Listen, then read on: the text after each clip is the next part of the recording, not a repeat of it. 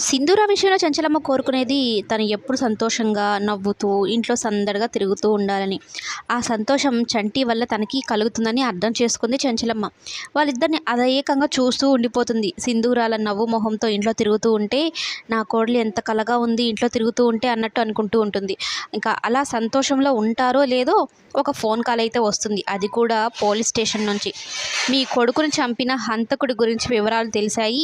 మీరు చూసి గుర్తుపడితే ఆ హంతకుడిని ఎవరో మనం పట్టుకోవచ్చని ఓవైపు విజయమ్మకి, ఓవైపు చంచలమ్మకి ఫోన్ చేసి చెప్తాడు ఆ పోలీస్. ఆయన ముఖ్య ఉద్దేశం ఏంటి అంటే వీళ్ళిద్దరిని కలపడానికి కూడా గల కారణం ఏంది అంటే వీళ్ళిద్దరే ఊర్లోని సమస్యలను పరిష్కరించేస్తారు. మన దాకా కూడా రానివ్వరు. అందుకనే వీళ్ళిద్దరిని కలపాలి. వీళ్ళిద్దరు భద్రశత్రువులుగా ఉంటే మనం వాళ్ళిద్దరు భద్రశత్రువులుగా ఉండకూడదన్న మెయిన్ ఉద్దేశంతో వాళ్ళిద్దరిని కలపాలని ఇద్దరికి ఫోన్ చేసి రమ్మని చెప్తాడు. ఇక కేశవకు కూడా చెప్పి నేను స్టేషన్ దాకా వెళ్ళొస్తాను అంటే నేను కూడా వస్తానని కేశవ కూడా వెళ్తాడు. ఓవైపేమో విజయమ్మ, ఓవైపేమో చంచలమ్మ ఇద్దరు కలిసి స్టేషన్ దగ్గరికి అయితే వెళ్తారు. ఓవైపు కంగారు పడుతూ ఉంటారు చంటి అలాగే సింధూర. ఏమైందో ఏమో, ఎవరు చంపారు, అసలు హంతకుడు ఎవరో తెలుసా